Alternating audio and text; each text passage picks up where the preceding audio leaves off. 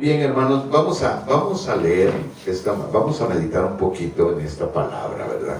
Que esta mañana quiero compartir.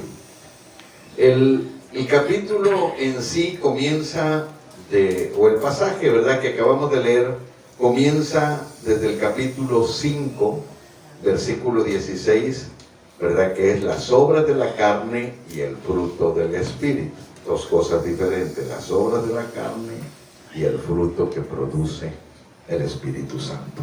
Siempre es bueno cuando nosotros leemos la palabra del Señor, hermanos, siempre será bueno, ¿verdad? Y siempre será gratificante para nosotros, al leer la palabra del Señor, ver, ¿verdad?, los títulos. Ahí está el título. Dijo el hermano Silva en una ocasión que daba una enseñanza de cómo predicar. Dijo, no se la compliquen, la palabra ya está predicada. Es cierto, el tema está desarrollado. Usted lee, por ejemplo, las obras de la carne y el fruto del Espíritu. Aquí nada más habría que interpretar o entender qué son las obras de la carne. Y nosotros que hemos leído la palabra y que entendemos, sabemos que no se refiere al cuerpo, porque el cuerpo es templo del Espíritu Santo. Y entonces, ¿a qué se refiere cuando habla de las obras de la carne? Se refiere a los impulsos que tenemos dentro de nuestra alma, esos deseos insanos. Por ejemplo, el fruto del Espíritu dice, ¿verdad? El fruto de la carne, vea lo que dice desde el versículo 19, manifiestas son las obras de la carne, que son adulterio. Y Jesús, cuando habla del adulterio, dice, ¿verdad?, que cualquiera que mira a una mujer para codiciarla, ya pecó en su corazón. Entonces, es la codicia, ¿verdad?, que está dentro de nosotros, ese deseo insano. Y ahí sigue la lista, ¿verdad?, hechicerías, enemistades, esa tendencia que tenemos a practicar esos pecados. Fíjese, le voy a comentar algo de esta carta. Durante sus primeros viajes misioneros, Pablo visitó Asia Menor, predicando el glorioso mensaje de la salvación que es a través de Cristo Jesús. Muchos de las personas que le escucharon fueron salvos. Se construyeron algunas iglesias, ¿verdad? Algunas de ellas quedaron en Galacia. Los habitantes de esa parte, ¿verdad?, eran conocidos por su inestabilidad, por una actitud violenta.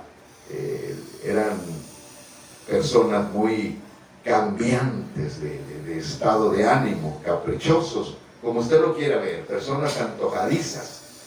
Después de que el apóstol Pablo dejó la región, falsos maestros se infiltraron, ¿verdad?, en todas las iglesias que levantaba Pablo. Yo antes, cuando predicaba, decía, fíjese lo que le voy a decir, cuando comenzaba a predicar decía yo, ¿por qué los falsos maestros no van con la gente que no es cristiana?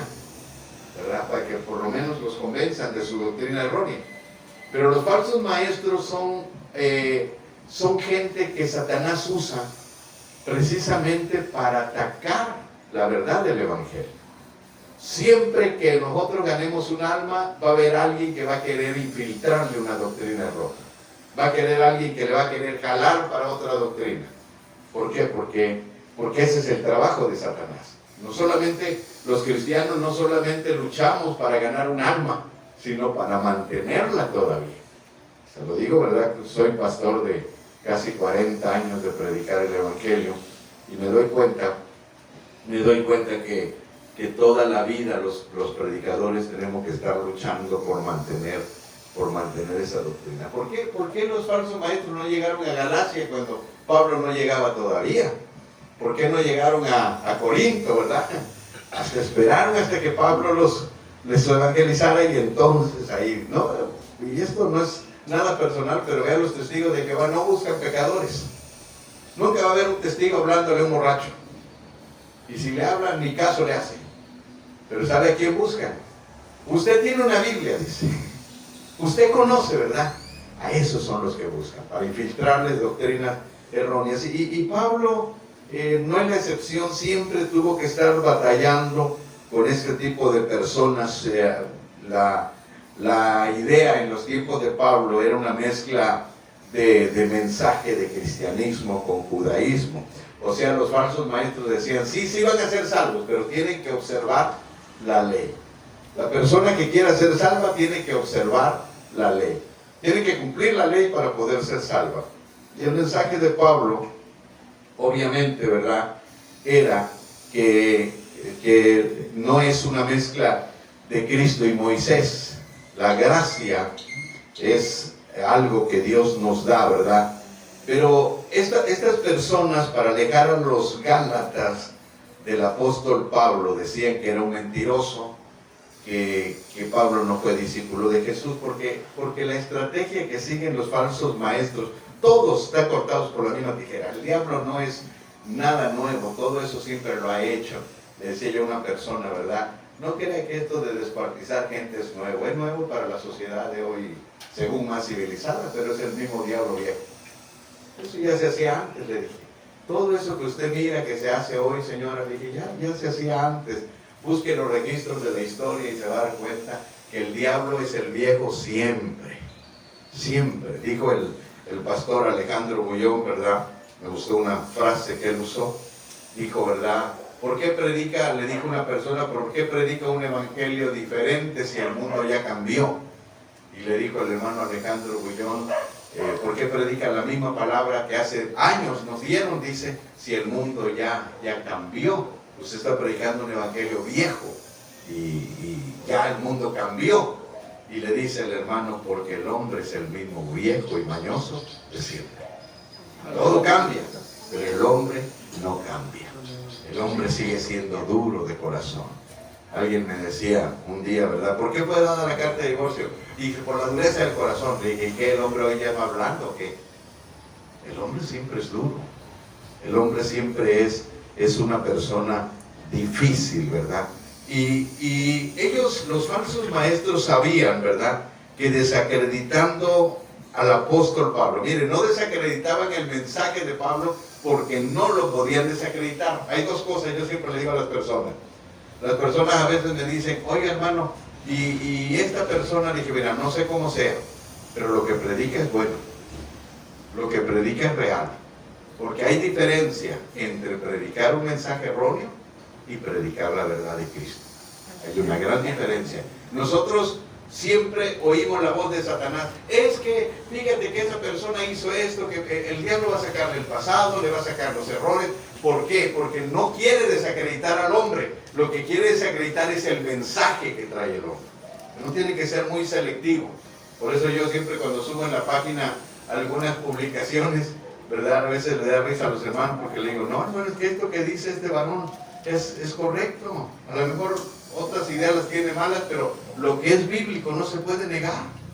Lo que está en la palabra de Dios no se puede echar a la borda. Hay que ser muy necio, ¿verdad?, para debatir con la palabra de Dios. La palabra de Dios es real y no es un mensaje que usted va a ir a buscar, como dijo Moisés, hasta lo profundo de la mar. No está muy lejos, dice, para que tú cruces la mar y digas, ¿quién nos lo traerá del otro lado del mar? No está en el cielo para que pongas una escalera y subas a buscarlo. ¿Dónde está ese mensaje? Cerquita de tu corazón. Ahí está impreso en tu corazón. Y a mí me llama la atención esta gente de Galacia, porque cuando Pablo le habla a los corintios, fíjese la diferencia. Cuando Pablo le habla a los corintios, igual se infiltraban los falsos maestros con los corintios como con los de Galacia, igual atacaban a Pablo, igual decían, Pablo carece de esto, Pablo carece de aquello, Pablo tiene esta debilidad, Pablo no debe ser discípulo porque no anduvo con Jesús, y 20,000 cosas de Pablo, para desacreditar el mensaje de Pablo. Pero a diferencia de los Gálatas, Pablo a los corintios no les amonesta por la doctrina errónea. Fíjense lo que le digo. A los corintios Pablo los elogia. Y dice uno, a ver, espérate Pablo, si los corintios se dividían, si los corintios se peleaban entre ellos, se demandaban, tenían pecados de que tenían a un hombre que se había acostado con la madrastra, y Pablo elogia a los corintios y a los gálatas los amonesta. Espérate Pablo, ¿qué? Amén. Porque los corintios, con todas sus loqueras que tenían, mantenían la doctrina todavía. Acuérdense que en Corinto hablaban lenguas.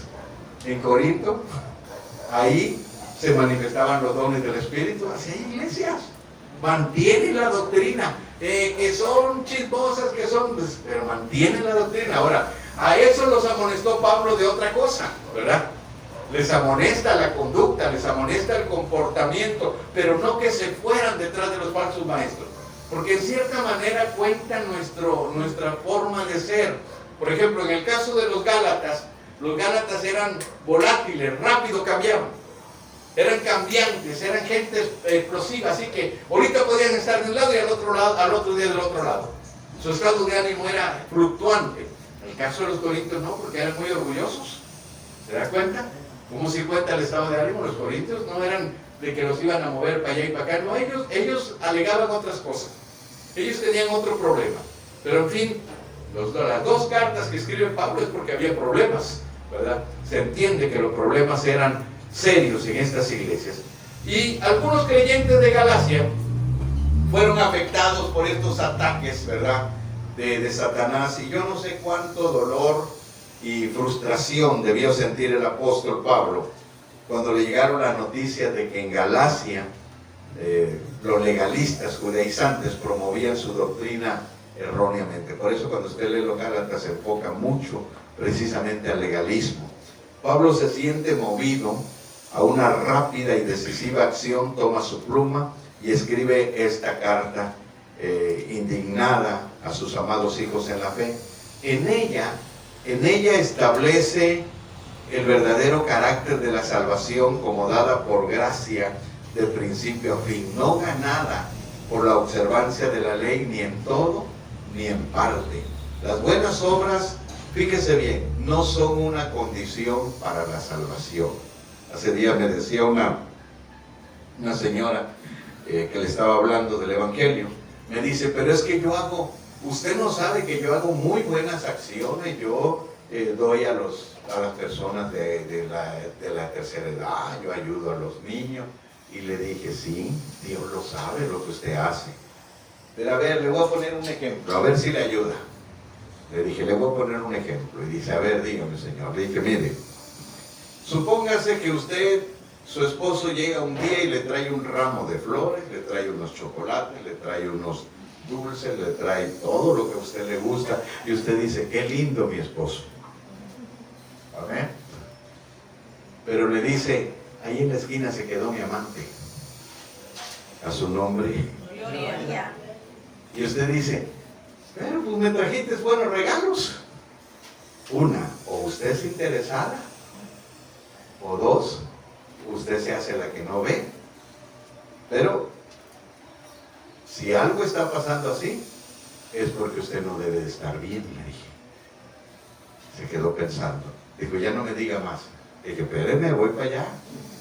Dios quiere que usted lo ame a Él. Lo que usted le está haciendo es, Señor, mira, yo le doy al enfermo, yo le doy al necesitado, ajá, y a mí. Y tu lealtad, y tu fidelidad, y tu amistad, y tu compañerismo, y tu relación conmigo, uno de los propósitos por el cual tenemos que orar, hermano, es para tener relación con Dios. Imagínate que tú tienes una relación con una pareja y nunca le hablas. Eso pasa con los que no oran, a su nombre. Gloria. Eso pasa con los que no tienen interés en las cosas de Dios. Porque hay muchos que pueden venir a la iglesia, pero no todos tienen interés. Pero cuando usted tiene interés, usted busca agradar a Dios. No es lo mismo, hermano, regalarle algo al Señor que agradarle al Señor. Denle un aplauso al Señor. Ahora, fíjense que en los primeros capítulos, ¿verdad? El cristiano, Pablo nos enseña que el cristiano ha muerto a la ley, que vive una vida de santidad, pero no por los esfuerzos humanos, sino por el poder que el Espíritu Santo nos da para cumplir la ley. Algunos piensan que la ley y el Espíritu y la gracia están peleados. No. La gracia lo que hace es darnos la fuerza para cumplir la ley. Se lo voy a repetir. La gracia lo que hace es darnos la fuerza. ¿Cuál es la fuerza que nos da la gracia? El amor. Porque la ley antes se cumplía por temor, por miedo. Si haces esto te va a ir mal, si haces aquello te va a ir mal. En la gracia nosotros hacemos las cosas porque amamos a Dios. Cuando usted se relaciona, por eso le hablo de la importancia de relacionarse. ¿Por qué usted no puede vencer el pecado? Por no ora. Porque usted no tiene buena relación con Dios. Cuando usted tiene buena relación con Dios, le entra un temor santo. Y entonces usted dice, espéreme, yo ya no puedo hacer eso. ¿Y por qué no lo puedes hacer, hermano? Porque no hay algo dentro de mí que me dice que estoy mal. Hay algo dentro de mí que me dice que no es correcto lo que estoy haciendo y que estoy actuando mal. Pero tú vienes y chismeas porque tú nunca has hablado con Dios. Porque cuando tú hablas con Dios, cuando tú oras al Señor, cuando tú vienes a las reuniones, cuando tú estás pendiente de lo del Señor, entonces tu mente espiritual se activa, tu espíritu se activa. Y entonces tú dices, espérame, es que antes de hablar yo tengo que pensar, porque la Biblia dice, de toda palabra ociosa que hablen los hombres, de ella darán cuenta en el día del juicio. Yo no puedo hablar por hablar. Quisiera hablar, pero me retracto. ¿Me explico, hermano? Es cuando empieza a entrar el temor reverente en ti. Pero para eso tú tienes que estar apegado a Dios. Para eso tú tienes que estar orando. ¿Para qué venimos a la iglesia? Precisamente para eso, para mantener nuestra buena relación con Dios. Porque en la medida que tú estés relacionado con Dios, ni cuenta te vas a dar cuando ya no estés practicando ese pecado. Amén. Dale un aplauso, Amén. Señor. Los primeros, le voy a descifrar la carta. Los primeros capítulos de la carta, Pablo defiende su autoridad apostólica en cuanto a su persona. Del capítulo 3 al 5, el apóstol enfatiza su doctrina argumentando la justificación por la fe. Pero en los últimos pasajes del capítulo, del 5 al 6, el que acabamos de tomar en esta mañana, Pablo defiende la libertad cristiana que produce el Espíritu Santo. Porque el Espíritu Santo nos da esa fortaleza. El pasaje que yo he tomado esta mañana tiene que ver con algunos consejos prácticos que el apóstol Pablo da a quienes vivimos, ¿verdad? O estamos viviendo en esa libertad que el Espíritu Santo nos da. Lo que Pablo escribe aquí es una cautivante declaración de cómo tratar a un creyente que ha pecado. Naturalmente, hermano, esto es un contraste con lo que la ley demandaba para los culpables. Por ejemplo, fíjese, la ley decía que si alguien fallaba en un punto, merecía la muerte. Pues había ese temor, ¿verdad?, de que si fallabas en un punto, pues merecías la muerte. Ahora, contrario a eso, Pablo nos enseña que la gracia, por lo contrario, demanda, ¿verdad?, o enseña, ¿verdad?, que si un creyente ha pecado, ¿verdad?, pues tiene, este creyente, ¿verdad?, tiene la posibilidad de volverse a acercar a Dios. Y déjeme decirle que esto no es por juicio, ¿verdad? La ley demandaba un juicio para ese creyente. La gracia demanda que misericordia para ese creyente. Ese es el contraste que hay entre una cosa y otra. Oiga lo que dice: hermanos, si alguno fuere sorprendido en alguna falta, vosotros que sois espirituales, restauradle con espíritu de mansedumbre, considerándote a ti mismo, no sea que tú también seas tentado. Ahora, tenemos que entender que es una persona que ha cometido, no dice muchas faltas, note que está en singular. Amén. Porque a veces decimos, hermano, pero es que el hermano se equivocó y la Biblia dice que lo tenemos que perdonar 70 veces. Sí, pero a veces tenemos que aplicar disciplina. Porque no puede estar tropezándose con la misma piedra y la misma piedra. A veces hay que aplicarle un correctivo. ¿Sí me explico, hermano? Pero hay, sin embargo, creyentes que se equivocan. Por eso dice, si alguno fuere sorprendido en alguna falta, algo que hasta el creyente, a la persona le sorprende, porque dice, yo creí, mire, muchos de nosotros no sabemos qué tan grande es el daño que traemos en el alma hasta que lo enfrentamos. Por ejemplo, puede decir usted, pues yo ya vencí este pecado, hermano, pero hasta que se enfrenta cara a cara con el pecado, es cuando se da usted cuenta que todavía no lo ha vencido. ¿Sí me entiende, hermano? No me regalarán una servilleta, ¿no? ¿Ya no trae? Sí. Gracias, hermano. Y entonces es cuando nos damos cuenta, ¿verdad? Gracias. Es cuando nos damos cuenta de que todavía no hemos vencido ese pecado, ¿verdad? Ha llegado a nosotros la capacidad para vencerlo, y entonces hasta a nosotros nos sorprende. Porque le voy a decir una cosa, hay pecados que nosotros cometemos, hermano, con toda la premeditación, alevosía y ventaja. Y hay pecados que surgen espontáneos, que no queremos cometer. Que usted mismo dice, yo no quería cometer ese pecado, me siento mal, ahora me he sentido mal, no me siento bien, desde que me pasó esto, ya no me he sentido bien. Ese está sorprendido de lo que le pasó. Porque uno antes de juzgar a los demás tenemos que ponernos en el lugar de las demás personas y decir, bueno, pues que no sé por qué le pasó, hermano, porque es un hombre íntegro, es una mujer íntegra. El pecado puede atrapar a cualquiera. No vaya usted a pensar, no, es que el siervo de Dios tiene 100 años, el otro hermano fue un hombre que Dios lo ha... no, el pecado arrastra a cualquiera. Por eso Pablo dice, si alguno fuere sorprendido en alguna falta, vosotros que sois espirituales, mire, el sello de un espiritual no es condenar. Ese es el sello del diablo. El sello de un espiritual que dice, Pablo dice, vosotros que sois ¿qué? Espirituales, restauradle con espíritu de... ¿Se da cuenta cuál es el sello? ¿Qué es lo que tienen los legalistas más? Orgullo. Cuando una persona se equivoca, el legalista rápido condena. No, es que es un pecador, como si él no lo fuera. Parecemos a veces la gente de allá del Estado de México, ¿verdad? Que si un hombre roba algo, lo queman. Hagan de cuenta los legalistas, ¿verdad? Si nada más se robó una guajolote, ya lo prenden vivo. Porque a veces somos así, de crueles, de inhumanos. No pensamos que nosotros también, oiga lo que dice Pablo, dice, vosotros que sois espirituales, restaurarle con espíritu de mansedumbre, con humildad, considerándote a ti mismo, no sea que tú también seas tentado. Pero le voy a decir algo, nosotros pedimos misericordia para nosotros y juicio para los demás. Sí. ¿Cómo estamos? Hermano, es que Dios tenga misericordia, fíjese que me equivoqué y ahí se anda llorando. Pero a los demás no, hermano, ese le debe caer el dedo de Dios. Decía yo una vez a un hermano, ¿verdad? Que es pastor, estaba conmigo un día platicando y llegó un varón ahí y dijo, hermano, es que mira que este pastor que cometió este error y cayó en pecado y cometió este error. Y rápido el hermano dijo, hermano, ese es un hijo del diablo. Amén. Y yo me le quedé viendo y dije, ¿cómo dijiste? Dijo, es que es un hijo del diablo. Y lo miré otra vez y dije, ¿cómo dijiste? Y se me quedó viendo, le dije, yo te conozco. Se quedó pensando. Dije, no, Bárbara, calladito te oyes mejor, le dije.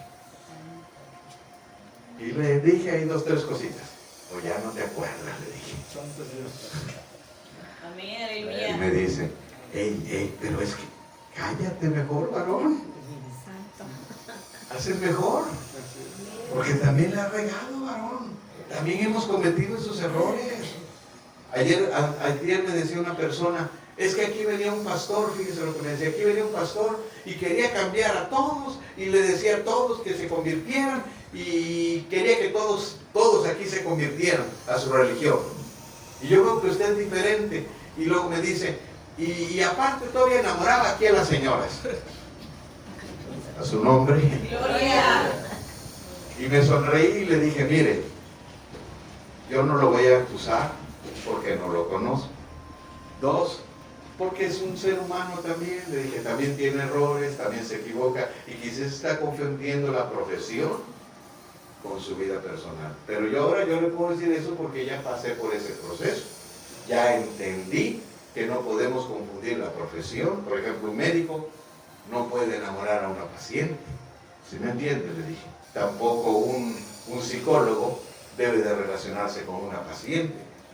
Entonces, eso yo ya lo tuve que entender. Le dije, pero quizás él todavía no ha pasado por ese proceso. Entonces está en un proceso donde tiene que aprender todavía. Y le va a dar Dios algunas lecciones para que él pueda aprender. Pero yo no lo puedo señalar, porque a lo mejor sí tiene buena intención, pero no ha aprendido, le dije. Que a veces nosotros no nos ponemos en el lugar de la persona, nada más señalamos. Y hermano, es que, y alguien chismoso, hermano, que está... Le decía yo ese día a mi hermano, Estábamos platicando y dice, hermano, es que por esto hizo esto, hermano. Y le dije, ¿te dijo? Y dice, no me dijo, pero yo digo, entonces, olvídalo. ¿Por qué nosotros especulamos, hermano? ¿Por qué nos ponemos como si nosotros fuéramos Dios, que conocemos el pensamiento? Es que yo digo, hermano. Bueno, pues a mí no me dijo eso, le dije. Amén. ¿Por qué no nos quedamos con lo que vemos? Ok, hay cosas que te van a afectar a ti, bueno, ahí es otra cosa. Pero si no te está afectando, ¿por qué tienes que especular sobre algo que no es así? Ahora, fíjese lo que dice, ¿verdad? Si alguno fuere sorprendido en alguna falta, vosotros que sois espirituales, restáurenle con espíritu de mansedumbre, considerándote a ti mismo, no sea que tú también seas tentado. Y luego dice Pablo que sobrellevar las cargas de los otros y cumplir así la ley de Cristo. ¿Cómo cumplimos cuando llevamos la carga del hermano? ¿Sabe por qué? Porque la ley dice, amarás a tu prójimo como a ti mismo. Entonces es mandato sobrellevar las cargas de otros. Algunos son muy orgullosos que ni siquiera quieren que oren por ellos. Pero es un mandato del apóstol Pablo. Sobrelleven las cargas. Hermano, fíjese que yo tengo un problema. Qué bueno, mire, yo le digo a la gente, cuando usted lo externa, cuando usted lo expresa, cuando usted expresa su problema, pastor, fíjese que yo tengo un problema, yo tengo una necesidad. Dios está viendo tu humildad. Porque somos tan orgullosos que no queremos que nadie se meta en nuestros asuntos. Pero en la iglesia debemos pedir por nuestras necesidades y no quedarnos callados. Hay gente que dice, no, es que si les digo a los hermanos que oren por mí porque no tengo dinero, van a decir que estoy batallando. ¿No es el orgullo? Desde el momento que tú lo expresas, Dios está mirando tu humildad. Desde el momento que tú dices, pastor, ore por mí. Mire, ayer estaba en la tarde y me llegó un mensaje de un hermano. Hermano, dice, fíjese lo que dijo, hermano. Y a veces yo cuando la gente me habla en la calle o cuando voy en algún lado, lloro en ese momento. No, le digo, sí voy a orar, pero en ese momento ya estoy orando porque son tantos los compromisos que yo tengo. Ayer me llegó un mensaje de un hermano de Monterrey y dice, pastor, por favor, le pido la oración por mi hermano, entró a terapia intensiva, está en un problema y requiere que oremos por él porque no le dan mucha esperanza. Y entonces me manda el mensaje y yo digo, bueno, Señor, ten misericordia. Una oración así de sencilla. Ten misericordia de este hombre. Dije, mándame su nombre, me mandó su nombre. Dije, ten misericordia de este varón, Señor. Yo no sé qué condición está, pero tenle misericordia. Y ya en la noche me manda el mensaje, pastor, gracias por su oración y ya salió mi hermano. Es tan sencillo, ¿me entiende? Cuando nosotros somos humildes para pedir, Dios es misericordioso. Pero a veces nosotros en nuestro orgullo, no, que nadie sepa lo que tengo. Cállese la boca. Por eso Dios no nos contesta, porque Dios está mirando lo orgullosos que somos. Y así quiere que Dios se acerque y le ayude. No, hermano, Dios mira de lejos al altivo, dice. Es más, ni lo voltea a ver. Denle un aplauso, Señor. Ahora fíjense lo que dice la palabra del Señor. Dice, porque el que se crece en algo, no siendo nada, a sí mismo se engaña. A veces por nuestro orgullo, hermano, por nuestro orgullo, creemos que somos algo. ¿Cuál es el problema de nosotros las personas que tenemos ese orgullo? Le voy a decir que creemos que somos más que el otro. Pablo dice, pues no somos nada. Realmente somos polvo. La gente hoy está, mañana ya no está. Y puede ser muy rica, puede haber cosechado mucho dinero aquí en la tierra, pero la vida se va, se apaga. Entonces dice Pablo, el que cree ser algo no siendo nada, a sí mismo se engaña. Así que cada uno, vea lo que dice, someta a prueba su propia obra y entonces tendrá motivo de que gloriarse solo respecto de sí mismo y no en ningún otro. ¿Se da cuenta? Nosotros tenemos que mirar nuestras propias acciones, pero la mayoría de los cristianos solamente ven al hermano de al lado. Dice Pablo, ¿quieres gloriarte en algo? Gloríate en ti mismo. ¿Cómo, Pablo? Pues mírate los problemas que tienes. Amén. Ahora sí, como dijo un pastor un día que le estaban preguntando, estaba conmigo platicando y llegó un hermano, y si usted sabe de este problema, ay hermano, no sé ni de los míos, dice, voy a saber de los de aquel. estoy batallando con los míos, si quieres que me claven los de aquel todavía. No, hombre, varón, dice, ya no puedo ni con los míos, dice. Pero es cuando usted se empieza a analizar. Espere, hermano, yo tengo este problema. ¿Cuántos de los que están aquí estamos viendo el problema del hermano? ¿Y cuántos de los que están aquí están viendo su propio problema? Ojalá y fuera un espejo el hermano. Híjole, el hermano se equivocó. Yo también la he regado ahí. Yo también me equivoco en esas áreas. Tengo que cambiar. Someta a prueba su obra, hermano. Y vea lo que sigue diciendo, ¿verdad? Y solo respecto y no en otro, porque cada uno llevará su propia carga. Y esto parece como un contraste. Porque fíjese, primero dice Pablo que hay que llevar las cargas de los otros. Y luego dice, cada uno llevará. Amén. Se da cuenta que hay un contraste y a veces dice la gente, hermano, la Biblia se contradice. Hace días un día de la semana platicaba con una persona también y le dije, mire, porque me dice, a ver, usted me confunde, pastor. Me dice primero que sí y luego que no, y me sonrío. Le dije, así es la palabra de Dios. Mire, le voy a poner un ejemplo. Escúcheme bien. Le voy a poner un ejemplo. Dice la Biblia, no juzguéis para que no seáis juzgados. Y luego dice, juzgad con justo juicio y rectitud. A ver, espérate, Señor, o no juzgamos o sí juzgamos. No, es que no juzgar es para la persona que no tiene ese compromiso. Y el juzgar con justo juicio tiene que ver con las autoridades. Por ejemplo, en mi caso como pastor, hermano, la hermana tuvo este problema, el hermano tiene este problema, y yo digo, pero es que la Biblia dice no juzguéis para que no seáis juzgados. No, está mal aplicado. Nos pasa como nuestro presidente, ¿verdad? Que decía, los pastores deberían abogar porque no peleemos. No, ellos son la autoridad civil.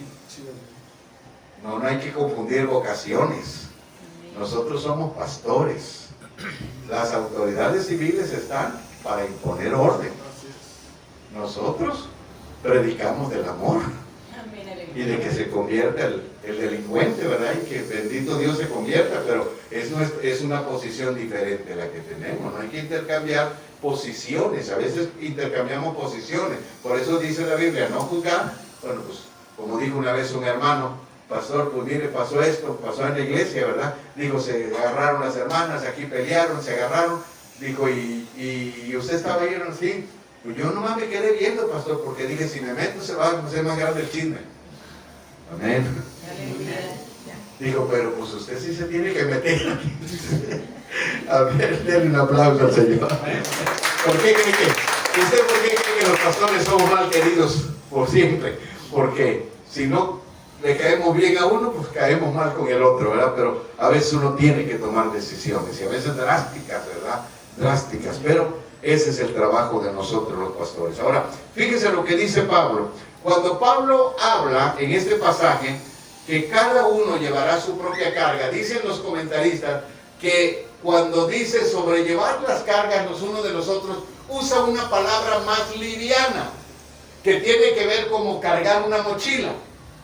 Bueno, nosotros le podemos ayudar a mi hermano orando, dándole una bendición, pero una cosa es ayudarle y otra cosa es llevar su propia carga. Porque cada uno tenemos una carga. Amén. Y usted no puede andar cargándole su carga a los demás hermanos. Hermanos, que fíjese que usted sabe que tengo problemas. Sí, hermano, todos los tenemos. A su nombre. Gloria.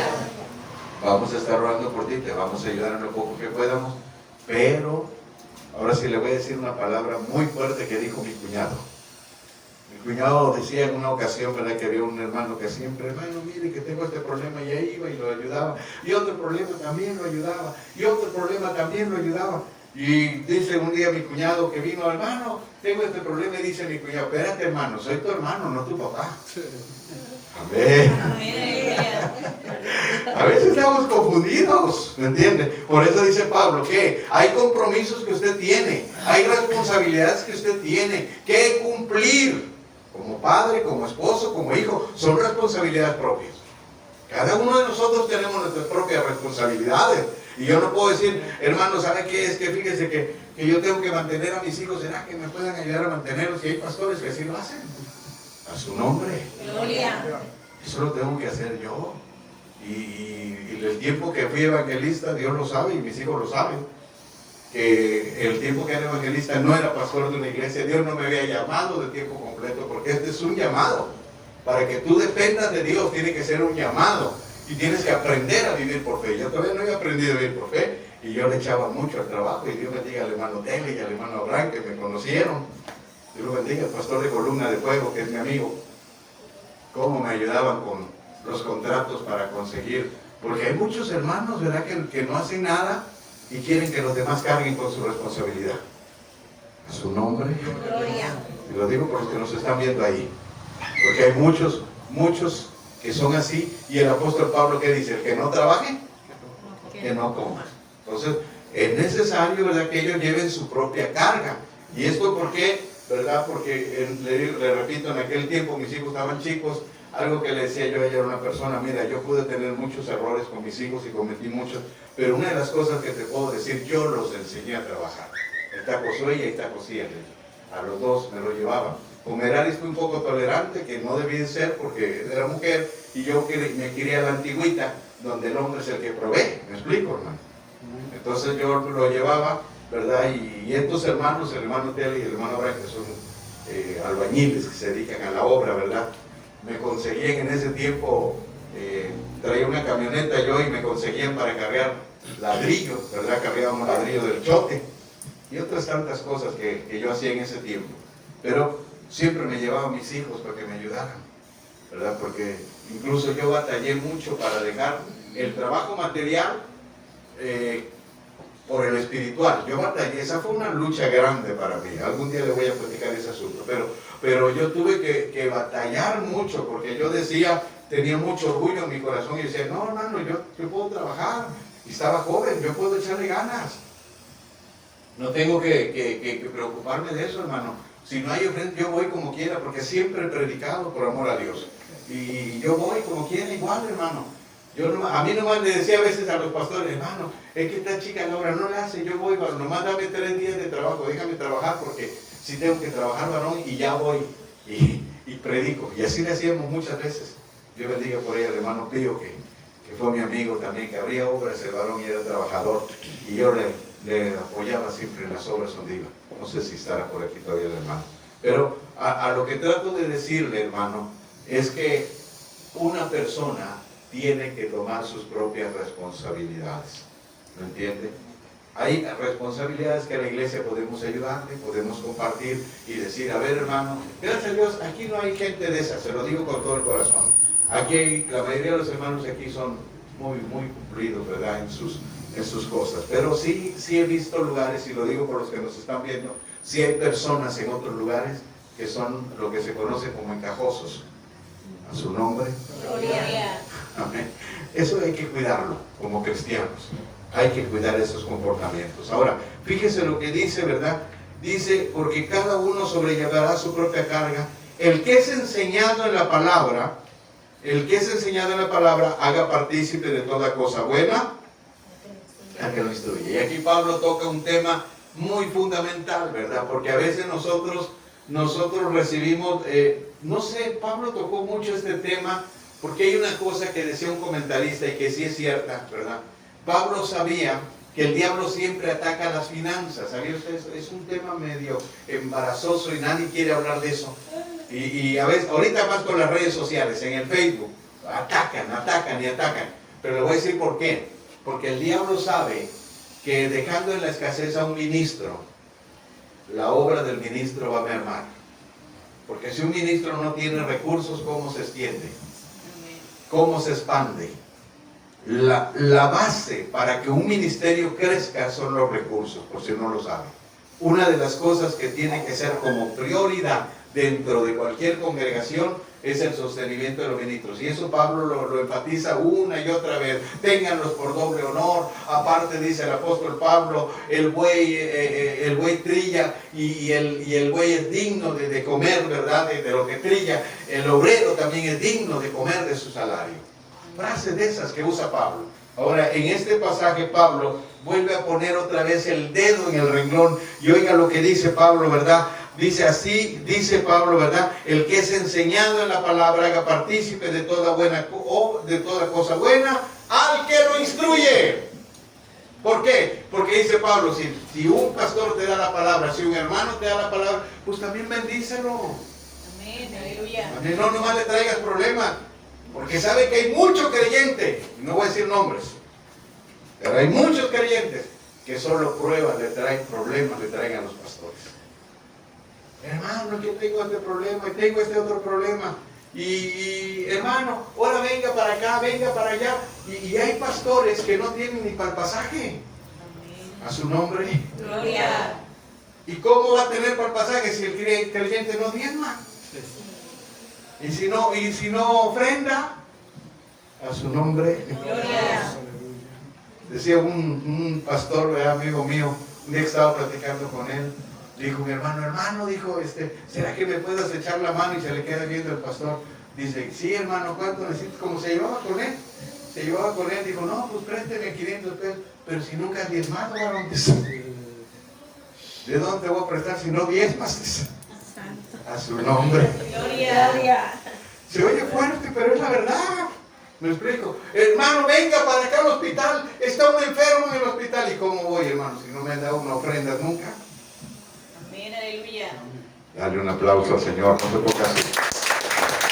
Vean lo que dice la palabra. Dice, el que es enseñado en la palabra, haga partícipe de toda cosa buena al que lo instruye. Te bendijo Dios, bendice. Acuérdate de tus líderes, acuérdate de los hermanos que te predicaron la palabra, donde estés, en la iglesia que estés. Te bendijo Dios. Señor, hermano, yo bendigo a Dios por los hermanos. Aquí hay muchos hermanos así, Dios los bendiga. Lo digo con mi corazón, aunque seamos pocos. Dios los bendiga, porque hay hermanos que hasta me han hablado, hermano, Dios me ha bendecido, mire, me dio una bendición. Le dejo una bendición. Amén. Algunos que no son de la iglesia también, Dios los bendiga. Lo digo con mi corazón, ¿verdad? Hermanos de Guanajuato, de otros lados que de repente me llaman y pastor, me dijo Dios y me acordé de usted. Dios lo bendiga. Gracias. ¿Por qué? Porque de repente somos bendecidos y debemos recordarnos. Así lo dice Pablo. Oiga lo que sigue diciendo. No os engañéis. Dios no puede ser burlado. Todo lo que el hombre sembrare, eso también segará. Este principio se ha aplicado mucho, ¿verdad? Pero el original de este principio tiene que ver, hermano, con hacer partícipe a los que sirven en el altar. Porque lo que sembramos aquí, lo vamos a cosechar. Yo no sé en qué parte de su vida, pero usted lo está cosechando, lo está viendo, ¿verdad? Porque es una semilla que usted deja caer. Y aunque es un principio general, ¿verdad? Porque a veces sembramos maldad también, y esa maldad, bueno, pues también a veces se nos regresa, aunque no es una ley. Tenemos que entender que esto no es una ley, porque mucha gente dice, hermano, si este hizo mal, por ley le va a caer mal. No, eso no es un principio. Uno tiene que ver, ¿verdad? Es una base, ¿verdad? Pero puede que no. Hay gente que ha hecho mal y no le ha caído aquí el juicio, pero que le va a caer un día. Amén. Le va a caer. Denle un aplauso al Señor. Amén. Ahora, vean lo que sigue diciendo, ¿verdad? Porque el que siembra para su carne, de la carne segará corrupción, mas el que siembra para el espíritu, del espíritu segará vida eterna. ¿Por qué? Porque lo que sembramos aquí no se ve. Y no lo va a cosechar de la noche a la mañana. Hoy en día en las redes sociales se ha metido mucha esa doctrina de la prosperidad. Si tú das, Dios te va a dar una casa, Dios te va a dar, si siembras 5,000, eso no es cierto. Eso es una mentira. El que siembra para la carne, eso sembra para la carne. ¿Por qué? Porque te están moviendo por algo material. Eso es de la carne. Dios nos dice, el que siembra para el espíritu, del espíritu cosechará, no dice material. ¿Ya entendió? ¿Qué dice? Que vas a cosechar vida eterna. Con que te dé la vida eterna Dios, ya estás bien pagado. Amén, gloria a Dios. ¿Entiendes? Y hay muchos, hermano, si das un carro aquí, Dios te va a dar 10 carros. Eso es mentira del diablo. No hay un pasaje en la Biblia que diga eso. La Biblia dice que el que siembra para su carne, de la carne cosechará. ¿Cómo dice la palabra? El que siembra para su carne, de su carne segará ¿qué? Corrupción. Algo echado a perder, algo que se echa a perder. Mas el que siembra para el espíritu, del espíritu segará vida eterna. Esa es la base del cristiano. ¿Sabe qué, hermano? Dios bendice a mi familia. Y si Dios te quiere bendecir, ese es otro tema. Pero eso ya será de parte de Dios. Y dice Pablo, no nos cansemos de hacer el bien, pues a su tiempo segaremos si no desmayamos. Porque ¿sabe qué cosa pasa, hermano? Con el tiempo nos vamos cansando. Y hay mucho creyente que ya no quiere hacerle bien a nadie. Más si lo han decepcionado, más si le dio a una persona y esa persona en lugar de darle algo bueno, le dio algo malo. Y ya ese creyente está desanimado. Pero Pablo dice, no nos cansemos, vuelvan a hacer bien, vuelvan. Yo me acuerdo mucho de un pastor, ¿verdad? Que le dijo un día a un familiar mío, ¿verdad? Que le gustaba la tranza. Y le dijo el pastor, a mí nunca se me olvidó lo que le dijo el pastor. Le dijo, mire, aunque nos hayan engañado y usted nos esté engañando, volveremos a confiar, porque somos hijos de Dios. Y los hijos de Dios amamos a los pecadores. Y volvemos a darles una oportunidad, no porque seamos tontos, sino porque confiamos en la palabra. Amén. Volvemos a hacerles bien. Volveremos a tenderle la mano. ¿Por qué? Porque no debemos de cansarnos. Hermano, es que me fue mal. Es que la vez pasada yo di, tú no des. ¿Qué dice Pablo? Por eso establece el principio. Si tú siembras algo, vas a cosechar vida eterna. Tu mentalidad no es lo que te va a dar la persona, tu mentalidad es la vida eterna. Tu mentalidad no es lo que te lo devuelvan, tu mentalidad está en el cielo. Amén. Yo voy a cosechar vida eterna, dice. ¿Por qué? Porque sembré para Dios. Amén, amén. Porque lo hice con amor. Porque di para una persona que necesitaba, pero lo hice con mi amor. ¿Por qué? Porque el que me va a dar la vida eterna está allá arriba. Dale un aplauso al Señor. Dale un aplauso al Señor. Así que según tengamos oportunidad, con esto concluyo, hagamos bien a todos y mayormente a los de la familia de la fe. ¿Se da cuenta? Que si tenemos oportunidad, porque no siempre tenemos oportunidad. ¿A qué se refiere Pablo con oportunidad? A veces no tenemos dinero.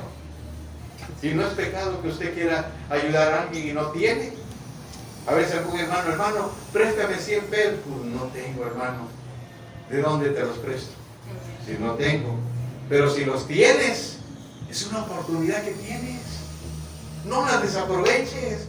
Cuando tengas oportunidad, hermano, Dios me ha bendecido. Que no te engañe el diablo, que no te ponga una venda y que no digas, no, es que por esto, no des excusas, estás bendecido, ya, tienes la bendición. Pues tiéndele la mano al hermano, ayúdalo. Porque dice Pablo, oiga lo que dice, si tenemos oportunidad, hagamos bien a todos. Yo le dije una vez a una hermana mía, mira, ellos te están dando la oportunidad de que los bendigas. No son ellos los que necesitan, ellos te están dando a ti una oportunidad de bendecir. ¿A poco no es cierto que a veces traes dinero y quisieras darle a 20,000 personas? Pues ahora sí traigo, ahora sí me vieran de pedir. Nadie te pide. ¿No es cierto? ¿Por qué? Porque no es cuando tú quieras, es cuando Dios te da la oportunidad de bendecir a alguien. Y a veces mucha gente, ¿por qué cree que mucha gente da donde no debe de dar? Porque quiere hacer su voluntad. No, yo cuando traigo doy y le doy a fulano, a sultano. No, deja que Dios te los ponga. Deja que Dios obre. Cuando Dios te pone, dice, así que según tengamos oportunidad, es una oportunidad que Dios nos da. Hagamos bien a todos. Esto se refiere a todos, hablando de los del mundo, ¿verdad? Porque hay cristianos que dicen, no, nada más yo le hago bien nada más a los hermanos de la iglesia. No, a todos, dice. A todos, al que se te acerque, al que sea tu vecino, al que sea tu amigo. Alguna ocasión yo en la vida le dije al Señor, Señor, ayúdame a tenderle la mano a cualquiera que se acerque conmigo. Dame la bendición de poderle tender la mano a cualquiera.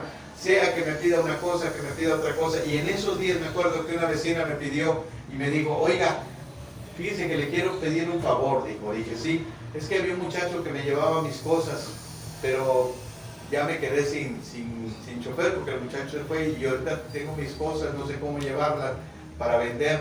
Ahí tengo la camioneta, pero no sé cómo llevarlas para vender. Y yo le dije, yo la acompaño si quiere. Dije, nada más es en la mañana. Dije, sí, yo la acompaño. Esta semana, mientras usted busca a alguien, todos los días voy a ir con usted. Y todos los días manejaba su camioneta y la llevaba a la escuela que vendiera sus cosas. Y luego la llevaba y le dije, hermano, dígame a qué hora voy a traerla y la voy a traer. Y ahí me di cuenta que Dios Nosotros hablamos y luego nos prueba Dios. Amén, aleluya. ¿Por qué? Porque tenemos que hacerle bien a todos. Si usted puede hacerle un bien, no le haga un mal. No se meta eso en el corazón de hacerle daño a quien le rodea. Dice, hagamos bien a todos. ¿Y mayormente a quién? A la familia de la fe. A los hermanos de la fe. Si les haces bien a los de afuera, ¿cuánto más no a los hermanos? Pero hay algunos que nomás le hacen bien a los de afuera y a los hermanos no les quieren hacer ni un favor. Amén. Eso también es del diablo. A su nombre. Gloria. Así como los otros que nomás a los hermanos les dan y a los de afuera no les tienden ni la mano. Eso también es del diablo. Porque es a todos y mayormente a los hermanos. O sea que si a los de allá le da 50 pesos, al hermano dale 100. Póngase de pie y oramos al Señor. Ojalá que se le quede grabado esto en el corazón y le sirva, ¿verdad? Le sirva como le sirva. Vamos a orar al Señor, vamos a ponernos de pie, vamos a orar a Dios y a pedirle a Dios que nos bendiga, hermano, en esta mañana. Dios bendiga a los que nos vieron por las redes sociales, Dios los guarde. Vamos a hacer una oración y terminamos esta transmisión. Padre, te damos gracias. Gracias, Señor, en esta mañana por darnos la bendición de compartir tu palabra. Gracias por cada hermano, Señor, que ha estado presente en esta reunión, Señor, de este día, porque sabemos que a través de ella crecemos, a través de ella maduramos. Ayúdanos a ser mejores cristianos, mejores creyentes, por los que nos ven a través del YouTube, Señor. Bendícelos, bendice sus vidas, bendice sus ingresos, sus trabajos, Padre, donde quiera que estén nuestros amigos, nuestros hermanos. Padre, pero también te pedimos por cada hermano que está aquí, Señor. Ayúdanos a comprender tu palabra, ayúdanos a guardarla, Señor, a tener misericordia de quienes nos rodean, Señor, a no ser, Señor, tan críticos duramente, Señor, para con aquellos que han cometido errores, Señor.